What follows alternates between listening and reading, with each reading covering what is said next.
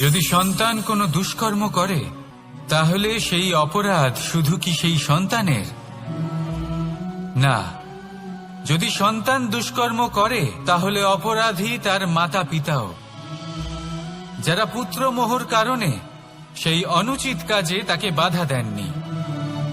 অপরাধী হলেন তার পিতামহ, যিনি নিজের কর্তব্যবোধের কারণে নিজের পরিবারের যত্ন নেননি, যিনি সন্তানকে কখনো শাস্তি দেননি। অপরাধী হলেন তার সেই গুরুও, যিনি নিজের শিষ্যের সেই দুষ্কর্ম দেখেও তাকে প্রতিহত করতে পারেননি। একজন হবু রাজার কর্তব্য হলো নিজের প্রজার কাছে সে যেন এক উদাহরণ প্রস্তুত করতে পারে, কিন্তু যদি এত অনুচিত উদাহরণ প্রস্তুত হয়ে থাকে তাহলে মা বাবার, বাড়ির বয়োজ্যেষ্ঠদের কর্তব্য হলো ওনারা যেন সেটা সেখানেই থামায়। বল, শক্তি, পরাক্রম এই সংসারের বিকাশের মূল। কিন্তু কখনো ভেবেছেন যে প্রকৃতি আমাদের এই বল, শক্তি, পরাক্রম কেন দিয়েছেন? যাতে আমরা জীবনে কারোর উদ্ধার করতে পারি, কাউকে সাহায্য করতে পারি, কারোর জন্য ভালো কিছু করতে পারি, কোনো গরিব অসহায় মানুষের জন্য কিছু করতে পারি। এই বল, এই শক্তির সদ্ব্যবহার করতে পারি।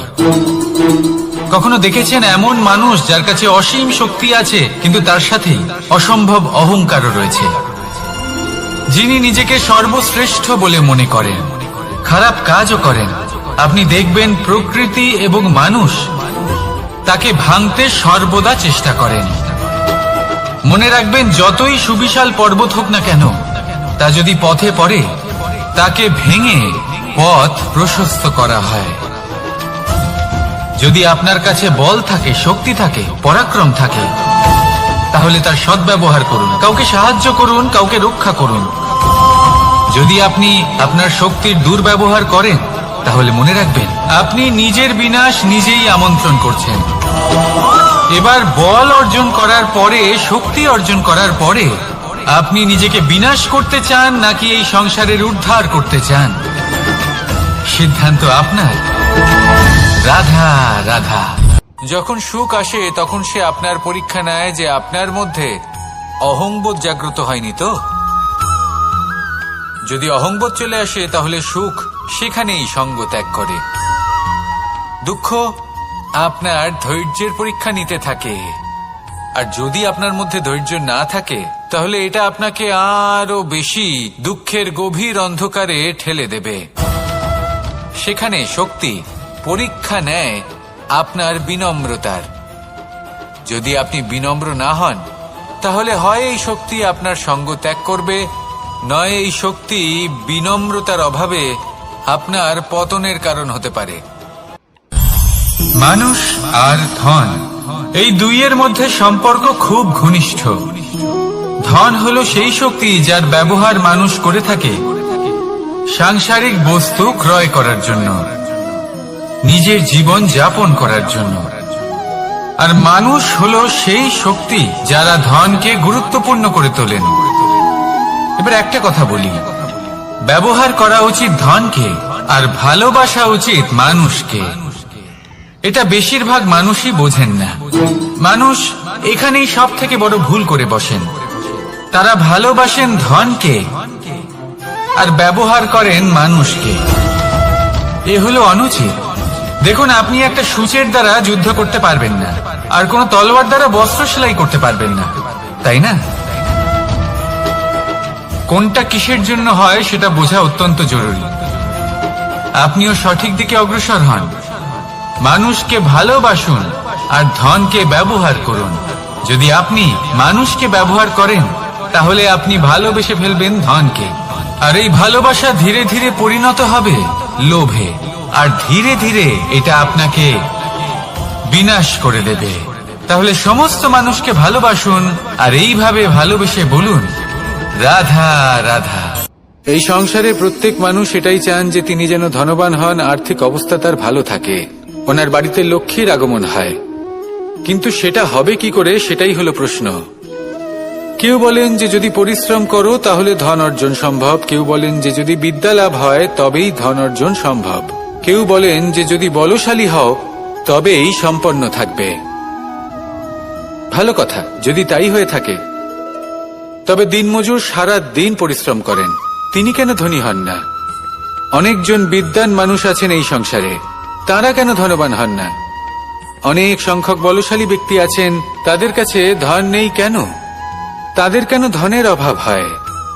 আবার এমনও কিছু মানুষ আছেন যারা পরিশ্রম করেন, তারা দিনমজুর, কিন্তু তারা ধন অর্জন করতে পারেন। কিছু বিদ্বান ব্যক্তি আছেন যাদের কাছে অধিক মাত্রায় ধন রয়েছে। কয়েকজন বলশালী ব্যক্তি রয়েছেন যাদের কাছে সাফল্য কে না চান? সাফল্য লাভ করার, শিখরে পৌঁছানোর আলাদাই একটা আনন্দ রয়েছে। আর আপনজনদেরও কে না চান? প্রত্যেক মানুষ চান যেন জীবনে তার কোনো আপনজন থাকে, যারা সবসময় তাদের সাথে থাকবে, কারণ আপনজনের সাথেই তো সাফল্যের আনন্দ সব থেকে বেশি পাওয়া যায়। কিন্তু আসলে কি হয়, অনেক সময় সাফল্যের খোঁজে সেই পথে চলতে চলতে আমরা আপনদের থেকে দূরে চলে যাই, না চাইতেও দূরে চলে যেতে হয়, ওনাদের সাথে সময় কাটাতে পারি না। আর আমরা ভুলে যাই যে সাফল্যের আসল আনন্দ আপনজনদের সাথেই পাওয়া যায়। সফল হওয়ার পরে আপনদের সাথে দেখা হলে তাদের চোখে আমাদের জন্য যে আবেগ থাকে, যে সম্মান, যে প্রেম থাকে, সেটাই হলো আসল পুরস্কার। আমরা সেই কথা ভুলে যাই এবং একা হয়ে পড়ি। বেশিরভাগ সময় এটাই হয়, বেশিরভাগ সময় সফল মানুষগুলি একা হয়ে যান। এবার আপনি কি চান? আপনি অসফল হয়ে দিনগুলি একাকিত্বে কাটাতে চান, নাকি সফল হয়ে আপনজনদের সাথে আনন্দে থাকতে চান? সেই সিদ্ধান্ত আপনার। সাফল্যের পেছনে ছুটুন, নিজেকে উজাড় করে দিন, কিন্তু আপনজনদের সঙ্গ ত্যাগ করবেন না। সেই আপনজন যারা আপনার সাফল্যের জন্য দায়ী, সেই আপনজন যিনি আপনার সাফল্যে আনন্দ পান, সুখ লাভ করেন, তাদের কখনো ত্যাগ করবেন না। আসুন আমার সাথে ভালোবেসে বলুন, রাধা রাধা। অনেক সময় আপনি কোনো ব্যক্তিকে এটা বলতে শুনবেন যে আমি আমার নিজের উপরে গর্ব করি, আমি নিজেকে নিয়ে গর্ব করি, আমি খুব ভালোভাবে আমার মা বাবার সেবা করি, ওনাদের আমি সবসময় সুখী রাখি, ওনাদের আমি একটা বাড়ি দিয়েছি, সকল সুখ সুবিধা দিয়েছি, ওনাদের জীবনে প্রত্যেক জিনিস দিয়েছি আর দেব যা তাদের প্রয়োজন। এবার আমাকে বলুন যে আপনি কে হন? আপনি হলেন সেই বীজ যা আপনার মাতা পিতা রোপণ করেছেন। আপনার মা বাবাই আপনাকে এই সংসারে জন্ম দিয়েছেন। এবার এইসব কথার কি তাৎপর্য? এই হলো সেই ব্যক্তির দৃষ্টিভঙ্গি। এবার দেখা যাক এই প্রকৃতি আমাদের কি শেখায়। কখনো কোনো গাছকে দেখবেন, যখন সেই গাছে ফল আসে, সে মালিকে এটা বলে না যে দেখো আমি তোমাকে ফল খেতে দিচ্ছি, কারণ ও জানে যে এটা হলো সেই মালির পরিস্থিতি। বাজ পাখিকে পক্ষীরাজ বলা হয়। বাজের আয়ু হলো মোটামুটি 70 বছর। এবার 40 বছর হতে হতেই ওদের পালক লম্বা এবং ভঙ্গুর হয়ে যেতে থাকে, ঠোঁট বেঁকে যায়, ডানা ভারী হয়ে যায়, অর্থাৎ আগের মতো উঠতে পারে না, সেই শক্তি থাকে না। এবার সেই বাজ কি করবে? বাজ সব থেকে কঠিন নির্বাচন করে, নির্বাচন নিজের পুনর্স্থাপনা। সর্বপ্রথম একটা বিশাল পর্বতে যায়, একান্তে নিজের এক বাসস্থান তৈরি করে, আর তারপরে পাথরের সাথে নিজের ঠোঁট বারবার আঘাত করতে করতে সেই ঠোঁট ভেঙে ফেলে। তারপরে সে অপেক্ষা করে সেই ঠোঁট পুনর্নির্মাণ হওয়ার। তারপর সেটাই করে নিজের পালকের সাথে। তারপরে নিজের ডানা থেকে এক এক করে ভারী পালকগুলো ছিঁড়ে ফেলে দেয়। আর তারপর 150 দিনের এই যন্ত্রণা সহ্য করার পরে ও ফিরে পায় নিজের উড়বার অনন্য ক্ষমতা, সেই শক্তি। আর তারপরে ও জীবনের পরবর্তী 30 বছর বাঁচে। কি বুঝলেন আপনি? যদি ইচ্ছে শক্তি থাকে তাহলে একজন দুর্বলও শক্তিশালী হতে পারে। আপনিও এটাই করুন, নিজের অতীতের যন্ত্রণার বোঝাগুলিকে ত্যাগ করুন আর কল্পনার খোলা আকাশে উন্মুক্ত হয়ে উড়ে বেড়ান। নিজের পুনর্স্থাপনা করুন, তবেই সর্বশ্রেষ্ঠ হতে পারবেন। আর মনে রাখবেন, এই ছোট ছোট পদক্ষেপই বড় বড় শিখরে পৌঁছে দিতে পারে। তাহলে আসুন আর আমার সাথে ভালোবেসে বলুন, রাধা রাধা। এই সংসারে আপনার সব থেকে বড় বন্ধু কে? কেউ বলবেন ছোটবেলার বন্ধুরা, কেউ বলবেন মাতা পিতা, কেউ বলবেন ঈশ্বর। এবারে বলুন যে এই সংসারে আপনার সব থেকে বড় শত্রু কে? কেউ বলবে আপনার বিরোধী, সেই ব্যক্তি যে আপনাকে হিংসে করে, বা আপনার নিজের অহংকার। আমি বলবো যে এই সংসারে আপনার সব থেকে বড় বন্ধু হলো আপনার নিজের মন। এই চঞ্চল মনকে যদি আপনি নিয়ন্ত্রণ করতে শিখতে পারেন, তাহলে এর থেকে বড় বন্ধু এই সংসারে আপনি কোথাও পাবেন না। সেখানেই যদি এই মন আপনাকে বশ করে ফেলে, তাহলে সংসারে এর থেকে বড় শত্রুও আপনি কোথাও পাবেন না। প্রথমে এই মনকে নিয়ন্ত্রণ করতে শিখে যান, আর তখন এই মন প্রসন্ন হয়ে বলবে। আপনি কি কখনো জলকে নিজের মুঠোতে ধরে রাখার চেষ্টা করেছেন? চলুন আজ করা যাক।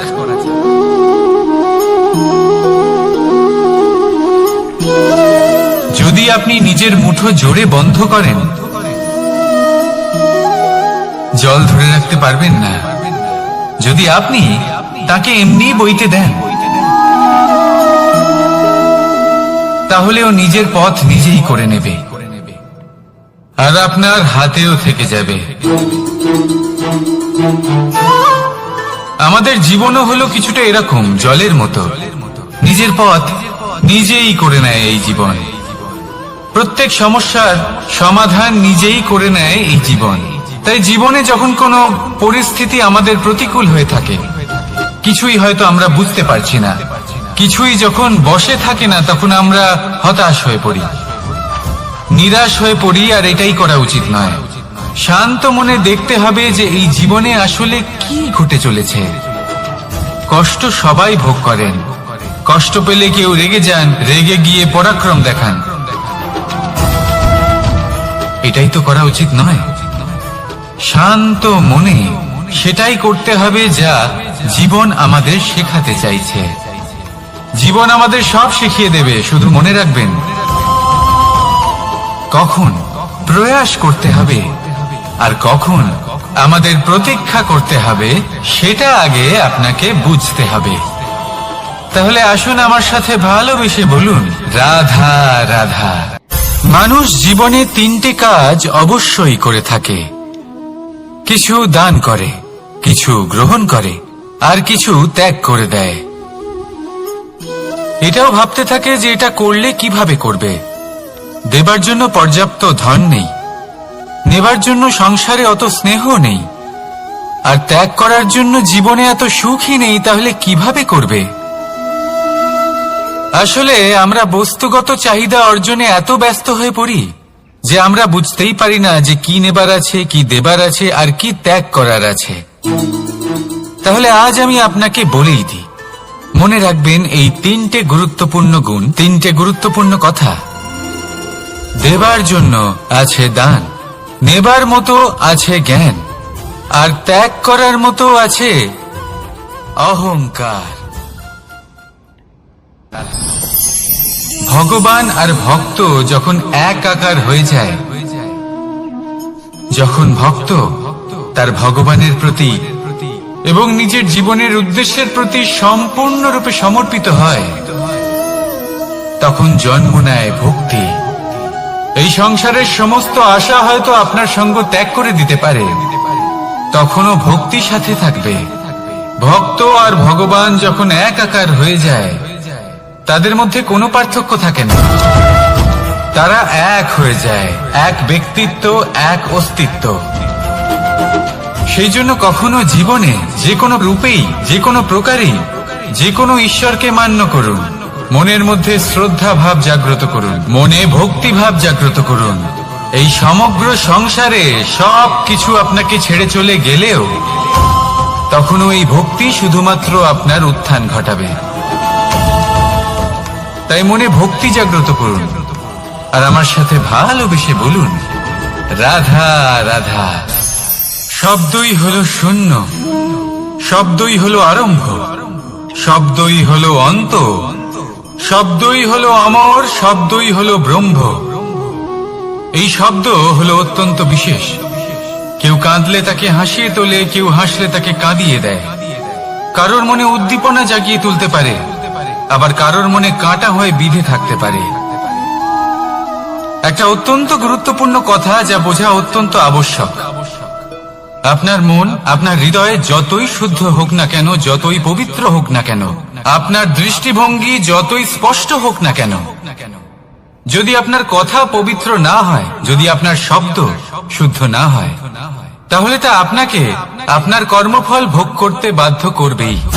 একটা সহজ উদাহরণ দিই। আপনার জীবনে এমন কেউ অবশ্যই থাকবেন যাকে আপনি পছন্দ করেন না, যিনি হয়তো অধর্মী মানুষ, যিনি হয়তো দুর্বুদ্ধি সম্পন্ন মানুষ, কিন্তু তার জন্য অপশব্দ প্রয়োগ করলে তার মধ্যে কোনো পরিবর্তন আসবে না, তার মানসিকতা বদলাবে না, শুধু মনে প্রতিশোধ স্পৃহা জেগে উঠবে, মনে হিংসা জাগবে, আর কিচ্ছু না। সেই জন্য নিজের শব্দকে নিয়ন্ত্রণ করুন, নিজের কথা সংযত করুন। শ্রেষ্ঠ থেকে শ্রেষ্ঠতর মানুষকেও সাবধানী হতে হয়, কারণ যদি এই শব্দের প্রয়োগ সঠিক না হয়, তাহলে আজীবন মানুষকে নির্বাক হয়ে থাকতে হতে পারে। তাহলে নিজের শব্দ নিয়ন্ত্রিত রাখুন, নিজের কথাকে শুভ করুন, এতে প্রেমবোধ জাগিয়ে তুলুন, আর সেই প্রেমবোধ নিয়েই বলুন রাধা রাধা। বরদান এবং অভিশাপ, এই দুই হলো একই মুদ্রার দুটি পিঠ। এই বরদান আমরা অনেক কারণে পেতে পারি, কখনো নিজের পরিশ্রমের কারণে, কখনো নিজের তপস্যার কারণে, কখনো আমাদের পূর্বপুরুষদের কর্ম ও তপস্যার কারণে। কিন্তু এই বরদান কতক্ষণ বরদান থাকবে তা আমরা নিশ্চিত করতে পারি না, তা সুনিশ্চিত করে শুধুমাত্র আমাদের কর্ম। যদি আপনাকে উদাহরণ দিই, আপনি রেশমের কীট দেখেছেন? ও বরদান পেয়েছে যে ও নিজের সুরক্ষার জন্য খোলস বানাতে পারে। এবারও তাতে এত মত্ত হয়ে যায় যে এমন এক আবরণ বানিয়ে ফেলে যাতে সে নিজেই আবদ্ধ হয়ে চাপা পড়ে মরে যায়। এটার তাৎপর্য কি? তাৎপর্য খুবই সরল। গর্ব করা খুবই ভালো, কিন্তু অহংকার করা কখনোই উচিত নয়। যদি অহংকার মনের মধ্যে প্রবেশ করে, তাহলে এই বরদান অভিশাপে পরিণত হতে সময় লাগে না। আর যদি কর্মশ্রেষ্ঠ হয়, তাহলে অভিশাপ বরদানে পরিণত হয়। তাহলে আসুন শ্রেষ্ঠ কর্ম করুন, আর আমার সাথে ভালোবেসে বলুন রাধা রাধা। সুখ, দুঃখ, মৃত্যু, মহামারী, এগুলো কখনো বলে আসে না, আবার জিজ্ঞাসা করেও আসে না। এমনই হয় দ্রুত ক্রীড়ার এই খেলায়। এক কারাগারের মতো, একটা মাকড়সার জালের মতো। যেমন একটা মাকড়সার জাল একটা পোকাকে নিজের দিকে আসতে আকর্ষিত করে নিজের চমকের দ্বারা, নিজের গঠন দ্বারা, সেরকমই দ্রুত ক্রীড়ার এই খেলা মানুষকে নিজের দিকে আসতে প্ররোচিত করে। শেষে গিয়ে মানুষ আটকা পড়ে। পার্থক্য শুধু এটাই, যখন এক পোকা এই জালে জড়িয়ে পড়ে তখন সে তার প্রাণ হারায়। মানুষ যখন এই দ্রুত ক্রীড়ায় আকর্ষিত হয়, সে নিজের মান, নিজের ধন সবকিছু হারায়, নিজের বিবেক হারিয়ে ফেলে। কিন্তু আপনি আপনার বিবেক কখনোই হারাবেন না। যদি আপনার মনে লোভ চলে আসে, আপনি লোভী হয়ে ওঠেন। যদি আপনি দ্রুত ক্রীড়ার এই খেলায় আটকা পড়েন, তাহলে মনে রাখবেন এই খেলা থেকে ফিরে আসা প্রায় অসম্ভবই বলা যায়। নিজের বিবেক কখনো হারাতে দেবেন না, কারণ বিনাশ আসার প্রথম লক্ষণ হলো বিবেকের বোধ চলে যাওয়া। এই প্ররোচনায় কখনো পা দেবেন না। আর আমার সাথে ভালোবেসে বলুন রাধা রাধা। বিজয়, বিজয় লাভের জন্য মানুষ কি না করে থাকে, যে কোনো সম্ভাব্য প্রচেষ্টা করে। কিন্তু নিজের বিজয় লাভের জন্য বাজিতে যা ইচ্ছে তাই রেখে দেওয়া কি উচিত কাজ? কখনোই নয়।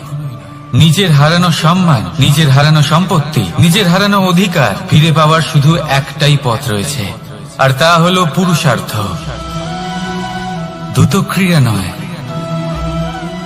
যে মানুষ নিজেই হেরে গেছে, নিজেই নিজের জয়লাভ করার জন্য অন্য কাউকে কিভাবে বাজিতে রাখতে পারে,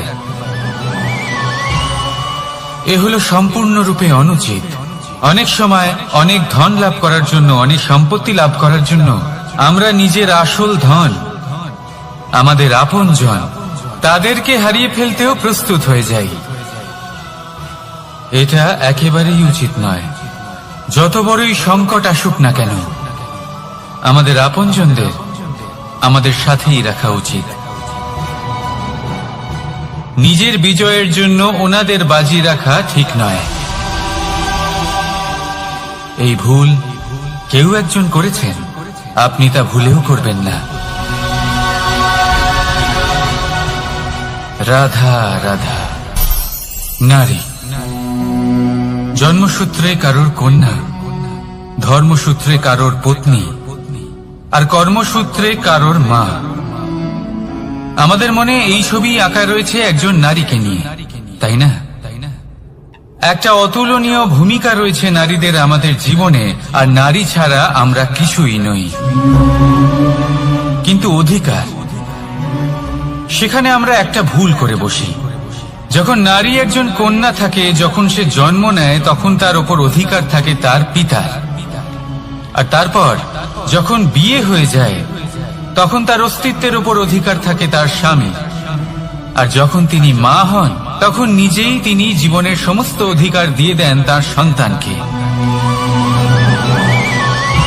কিন্তু আমরা কি কখনো এটা ভেবেছি এই জীবন হলো তার নিজের? যে নারী সবার কল্যাণ করছেন, তার জীবনের অধিকারও তার কাছেই থাকা উচিত, তাই না? তার নিজের জীবনের সিদ্ধান্ত সে নিজেই নিতে পারেন, নিজেই নিজের ভাগ্যের রচয়িতা হতে পারেন। আর এর জন্য আমাদের নিজেদের পাল্টাতে হবে, দৃষ্টিভঙ্গি পাল্টাতে হবে। কারণ এই ধারণা সেটা আজ বা কালকের ব্যাপার নয়, এটা ঘটে চলেছে বহু বছর ধরে, আর চলতেই থাকবে যদি আমরা এটা না বদলাই। আর এটা তখনই সম্ভব হবে যখন আমরা নিজেদের মধ্যে পরিবর্তন আনব। তাই আজকের পর থেকে, এই মুহূর্ত থেকে কোনো নারীর ওপর অকারণ অধিকার স্থাপনের আগে সহস্রবার ভেবে দেখবেন। কারণ যখন নারী নিজের অধিকার কেড়ে নিতে বাধ্য হবেন, তখন শুধু এবং শুধুমাত্র বিনাশই ঘটবে।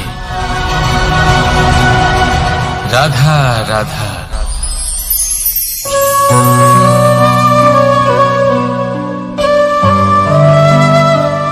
নারী,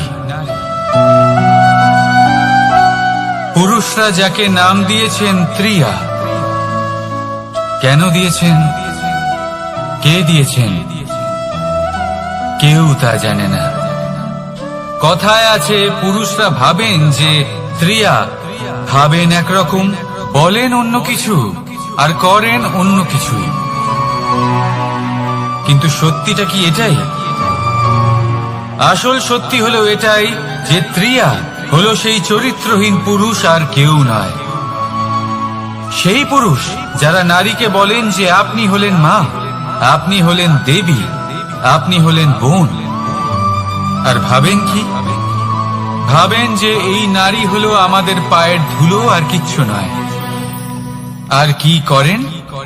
ওনাদের মাথায়, ওনাদের খোপায় মালা পরিয়ে দিয়ে ভাবেন যে ওনারা হলেন তাদের পায়ের ধুলোর সমান। একজন নারীর সম্মান ভঙ্গ করেন, তাদের দাসী মনে করেন। ভুলবেন না, যত্র নারীয়াস্ত পূজ্যন্তে রমন্তে তত্র দেবতা। অর্থাৎ যেখানে নারীকে পুজো করা হয়, সেখানে ঈশ্বর বাস করেন। আর যেখানে নারীকে অপমান করা হয়, সেখানে ঈশ্বর এবং ভাগ্য এই দুই রুষ্ট হয়। মনে রাখবেন, যদি নারী কল্যাণকারী হতে পারেন, তাহলে নারী মহাচণ্ডী রূপও ধারণ করতে পারেন। যদি একজন নারী মাতা হয়ে জন্মদান করতে পারেন, তাহলে নারী মৃত্যু হয়ে বিনাশও করতে পারেন। যেখানে নারী অপমানিত হবেন, সেখানে মহান ভারতও মহাভারতের পথে অগ্রসর হতে পারে। তাই মনে রাখবেন, নারীর অপমান যেন কখনোই না ঘটে। আর যদি কোথাও নারীর অপমান হয়, তার অর্থ হলো আপনার বিনাশ আপনার দিকেই আসছে। আর এটা হলো তার প্রথম পদক্ষেপের প্রথম পদধ্বনি। রাধা রাধা। যদি সন্তান কোনো দুষ্কর্ম করে, তাহলে সেই অপরাধ শুধু কি সেই সন্তানের? না। যদি সন্তান দুষ্কর্ম করে, তাহলে অপরাধী তার মাতা পিতাও, যারা পুত্রমোহর কারণে সেই অনুচিত কাজে তাকে বাধা দেননি। অপরাধী হলেন তার পিতামহ, যিনি নিজের কর্তব্যবোধের কারণে নিজের পরিবারের যত্ন নেননি, যিনি সন্তানকে কখনো শাস্তি দেননি। অপরাধী হলেন তার সেই গুরুও, যিনি নিজের শিষ্যের সেই দুষ্কর্ম দেখেও তাকে প্রতিহত করতে পারেননি। একজন হবু রাজার কর্তব্য হলো নিজের প্রজার কাছে সে যেন এক উদাহরণ প্রস্তুত করতে পারে। কিন্তু যদি এত অনুচিত উদাহরণ প্রস্তুত হয়ে থাকে, তাহলে মা বাবার, বাড়ির বয়োজ্যেষ্ঠদের কর্তব্য হলো ওনারা যেন সেটা সেখানেই থামায়, হয় ভালোবেসে, নয়তো শাস্তি দিয়ে। যদি না থামানো হয়, তাহলে মহাভারত অবশ্যম্ভাবী। অনেক ব্যক্তির মনে একটা প্রশ্ন জাগে আমাকে আর রাধাকে নিয়ে। বলেন যে, না আমি আর রাধা একসাথে থাকি, না আমাদের বিয়ে হয়েছে, আমি এখানে দ্বারকাতে ও ওখানে বর্ষণাতে, তাও এত ভালোবাসা কি করে? এ কেমন সম্পর্ক? আমি তাদের একটা সহজ কথা বলতে চাই। আপনি কখনো আয়নার দিকে দেখেছেন? নিজের দুই চোখের দিকে তাকিয়ে জিজ্ঞাসা করুন, এই দুই চোখ একসাথে কেন বন্ধ হয়? একসাথে কেন খোলে? একসাথে কেন ঘুমোয়? একসাথে কেন কাঁদে? আজীবন কোনো এক মানুষের সাথে সম্পর্ক রাখা অবশ্যই সম্ভব, তাদের সাথে দেখা না করে। আমার আর রাধার ভালোবাসাও কিছুটা এরকমই, আর কিছুটা এরকমই হয় ভালোবাসা দুই নয়নের মতো, যারা কখনোই মিলিত হবে না, কিন্তু চিরকালের জন্য একসাথে জুড়ে থাকবে। এই অনুভূতি নিঃস্বার্থ হয়, আর এই নিঃস্বার্থ ভালোবাসা আপনাকে আনন্দের পথে অগ্রসর করে। জীবনে সবসময় নিঃস্বার্থভাবে ভালোবাসুন, শুধুমাত্র আনন্দই পাবেন। তাহলে আসুন আমার সাথে নিঃস্বার্থভাবে ভালোবেসে বলুন, রাধা রাধা। মানুষ, কোন ব্যক্তির নির্মাণ হয় কিভাবে?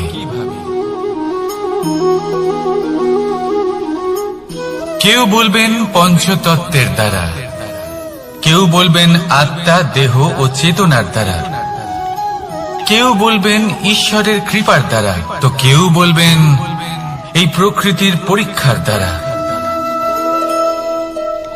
না, মানুষের নির্মাণ হয়ে থাকে বিশ্বাস দ্বারা।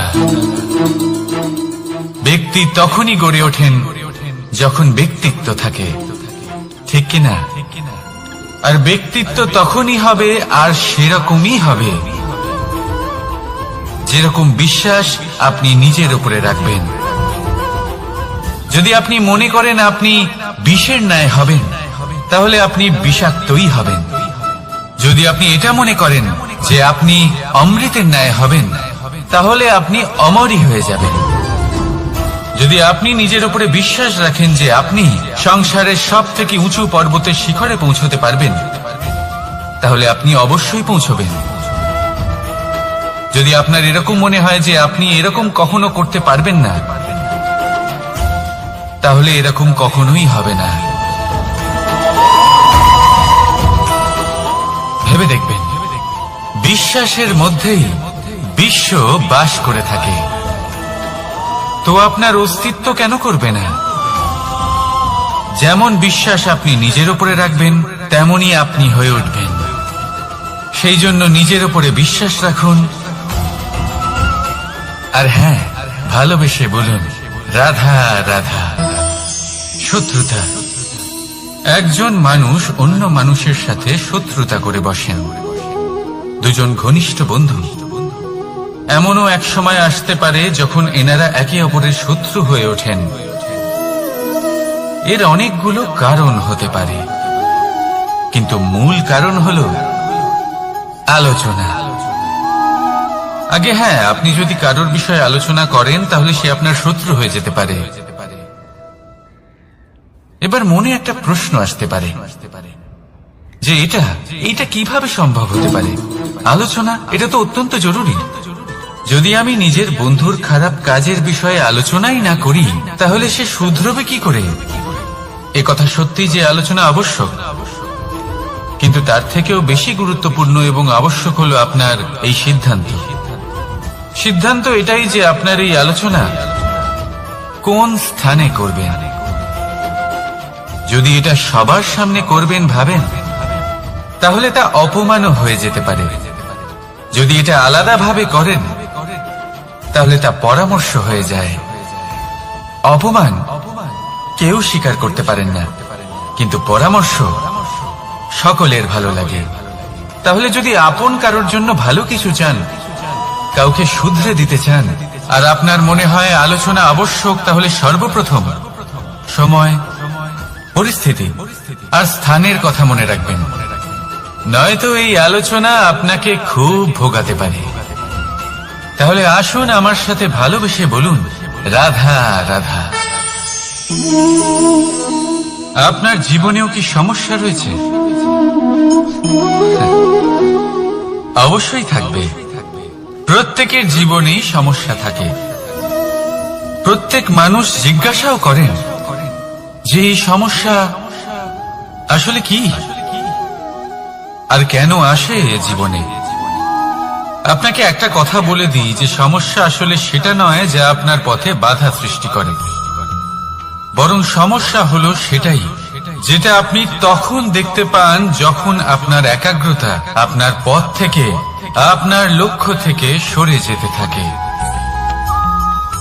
আর এই সমস্যাগুলি দূর করার জন্য, এর সমাধান করার জন্য একটাই পথ আছে, নিজের সমস্ত ভাবনা আরো একবার একাগ্র করুন নিজের পথের দিকে, নিজের লক্ষ্যের দিকে। আপনার সমস্ত ভাবনা যদি কেন্দ্রীভূত হয় নিজের লক্ষ্যে, তাহলে এই সমস্যা দূরে থাকবে। যদি এরকম না হয়, যদি আপনার মন একটু অন্যদিকে চলে যায়, তাহলে এই সমস্ত সমস্যা আবার সামনে চলে আসে আর বাড়তেও থাকে। দেখুন, যেখানে আপনার লক্ষ্য রয়েছে, বাণ যদি সেখানেই চালাতে হয়, তাহলে দৃষ্টি তো সেদিকেই রাখতে হবে। তবেই তো আপনি সেই লক্ষ্য ভেদ করতে পারবেন। সেই জন্য মনে রাখবেন, সর্বদা লক্ষ্য রাখবেন নিজের পথে, সেই পথেই সামনে এগোতে থাকুন নিজের লক্ষ্যের দিকে। আপনি যত সামনে এগোতে থাকবেন এই সমস্যা তত পিছিয়ে যাবে। তাহলে আসুন আমার সাথে ভালোবেসে বলুন রাধা রাধা। এই পাখিরা সত্যি খুব সুন্দর, আমার খুব ভালো লাগে। আপনি নিশ্চয়ই শুনে থাকবেন যে কিছু পাখির কাছে ডানা অবশ্যই থাকে, কিন্তু উড়তে পারে না। তারা চায় উঁচু আকাশে উড়ে বেড়াতে এবং মেঘেদের সাথে কথা বলতে, করতেই পারে না। এবার এই সংসারেও পাওয়া যায় ঘুড়িও। এদের মধ্যে না জীবন আছে, না প্রাণ আছে, আর না আছে ডানা, কিন্তু এরা আকাশের সাথে কথা বলে, হাওয়ার বেগের সাথে কথা বলে, আনন্দ করে, উৎফুল্ল হয়ে ওঠে, আকাশে জীবনের কিছু মুহূর্ত কাটায়। তার কারণ কি হতে পারে? কারণ হলো সুতো। এই সুতো যদি সঠিক হাতে থাকে, তাহলে এই কাগজের তৈরি ঘুড়িও আকাশের উচ্চতায় উড়ে বেড়াতে পারে। এবার এই সুতো আসলে কি? এই সুতো হলো আসলে ভালোবাসা, এই সুতো হলো আসলে বিশ্বাসের। আর এটা আপনি দিয়ে থাকেন তাদের হাতে যাদের আপনি বিশ্বাস করেন, যাদের আপনি নিজের সর্বস্ব দিয়ে দেন। ভেবে দেখুন, এই ভালোবাসা আর বিশ্বাসের সুতো আপনি যদি সঠিক মানুষের হাতে দিয়ে দেন, তাহলে আপনি অনেক উচ্চতায় উঠতে পারবেন, আকাশের উচ্চতায় উড়ে বেড়াতে পারবেন, মেঘের সাথে কথা বলতে পারবেন, পাখিদের মতো উঠতে পারবেন, যা ইচ্ছে তাই করতে পারবেন। শুধু এই মানুষ সঠিক হতে হবে, এমন একজন মানুষ যার মনে আপনার জন্য ভালোবাসা রয়েছে, এমন এক মানুষ যার মনে কোনো স্বার্থ নেই, যিনি পরোপকারী, এমন একজন ব্যক্তি যিনি আপনার অস্তিত্বকে বাইরে নিয়ে আসতে পারবেন, তাকে উজ্জ্বল করে তুলবেন। তাহলে ভালোবাসুন, আনন্দ করতে থাকুন, আর এই আনন্দ সহকারে বলুন রাধা রাধা। আমরা সকলে এমন ব্যক্তির সাথে থাকতে চাই যারা খুব মিষ্টি কথা বলেন, যাদের ব্যবহার আমাদের ভালো লাগে, যারা দেখতে সুন্দর হন, যাদের আমরা পছন্দ করি। আর সব সময় এমন ব্যক্তির থেকে দূরে থাকতে চেষ্টা করি যাদেরকে আমরা পছন্দ করি না, যাদের কথা আমাদের খারাপ লাগে, যাদের কথা একটু কঠোর হয়। আমরা সব সময় চেষ্টা করি এদের থেকে দূরে থাকার, ঠিক কিনা? কিন্তু যদি বাস্তবটা দেখি, তাহলে এই কঠোরতা জীবনে শান্তির প্রলেপ দেয়। ওষুধও একটু কড়াই হয়, কিন্তু এ কি করে? আমাদের সুস্থ করে তোলে। ঠিক সেইভাবেই ভালোবাসার এই অধ্যায় একটু কঠিন, একটু কড়াও মনে হতে পারে, কিন্তু এর ফল সবসময় আপনাদের স্বাস্থ্যের পক্ষে ভালোই হয়। সেই জন্য যদি কেউ আপনার নিন্দে করে, আপনাকে কড়া কথা শোনায়, আপনার ব্যাপারে আলোচনা করে, তার মানে এটা নয় যে সে আপনার শত্রু। হতে পারে তিনি আপনার বন্ধু হন, আপনার জন্য ভালো চান, আপনাকে শুধরে নিতে চান, আপনার মধ্যে কোনো পরিবর্তন দেখতে চান। সেই জন্য কখনো কারোর কথা শুনে বা কাউকে দেখে প্রাথমিকভাবে এই সিদ্ধান্ত নেবেন না যে তিনি আপনার শত্রু হন নাকি আপনার বন্ধু হন। এমনও শত্রু হয়ে থাকেন যে গুড়ের মতো মিষ্টি মিষ্টি কথা বলে আসলে আপনাকে বিষ পান করিয়ে দেবেন, আর এমনও বন্ধু থাকেন যারা আসলে নিমের মতো কড়া কথা বলেন কিন্তু আপনাকে অমৃত পান করান। এদের মধ্যে পার্থক্য করতে জানতে হবে, কে আসলে শত্রু হন আবার কে আসলে মিত্র হন। এই পার্থক্য যখন আপনি করতে শিখবেন, তখন আপনি এই সংসারের সব থেকে সুখী প্রাণী হয়ে উঠবেন। এই পার্থক্য বোঝা সহজ নয়, কিন্তু অবশ্যই আবশ্যক। রাধা রাধা। অসুখ। এমন কোন মানুষ আছেন এই সংসারে যার অসুখ করে না? প্রত্যেক মানুষ কখনো না কখনো অবশ্যই অসুস্থ হয়েছে, তার এই শরীর রোগের শিকার অবশ্যই হয়েছে। এবারে দেখুন, এই রোগ আসে আবার এই রোগ চলেও যায়, কিন্তু সেই রোগ আমাদের কষ্ট দিতে কেন সক্ষম হয়? কারণ হলো স্বচ্ছতা। যদি এই স্বচ্ছতা শরীরে না থাকে, তাহলে মানুষকে শারীরিক কষ্ট পেতেই হবে। ঠিক সেইভাবেই অত্যন্ত প্রয়োজনীয় হলো এই স্বচ্ছতা যেন মনেও থাকে। যদি এই স্বচ্ছতা মনে না থাকে, তাহলে মানুষ চারিত্রিকভাবে কষ্ট সহ্য করেন। এবারে নিবারণ কি হতে পারে? বড়ই সহজ এর উপশম। যদি রোগ শরীরে হয়, তাহলে সর্বপ্রথম স্বচ্ছতা বজায় রাখতে শিখুন, এই শরীরকে পরিষ্কার রাখতে শিখুন। বিচক্ষণতার সাথে এই রোগের সম্মুখীন হন, ভয় পাবার কোনো দরকার নেই। ব্যায়াম করতে থাকুন, সব ঠিক হয়ে যাবে। সেইভাবেই যদি এই অসুখ মনে হয়, তাহলে কি করা যায়? সর্বপ্রথম তার আধারের উপরে নজর দিন। আপনার এই আধারই হলো আপনার আহার। যা আপনি আহার করবেন সেরকমই মানুষ হয়ে উঠবেন, সেইভাবেই আপনি যেরকম ভাবেন সেরকমই মানুষ হয়ে উঠবেন। সেই জন্য নিজের ভাবনাকে শুভ করুন, নিজের দৃষ্টিভঙ্গিকে শুভ করে তুলুন, সবকিছু সঠিক হবে। আপনার আমার সবার মধ্যেই এক রাক্ষস বাস করে, তার সম্মুখীন হন, তাকে পরাস্ত করুন। তাহলে এই রোগ সে শরীরেই হোক বা মনের মধ্যে, যদি সঠিক সময় তাকে আটকানো না যায়, তাহলে যে কোনো সময় তা মহামারীর রূপ ধারণ করবে। সেই জন্য সাবধানে থাকুন, সুস্থ থাকুন। তাহলে আসুন আমার সাথে ভালোবেসে বলুন রাধা রাধা।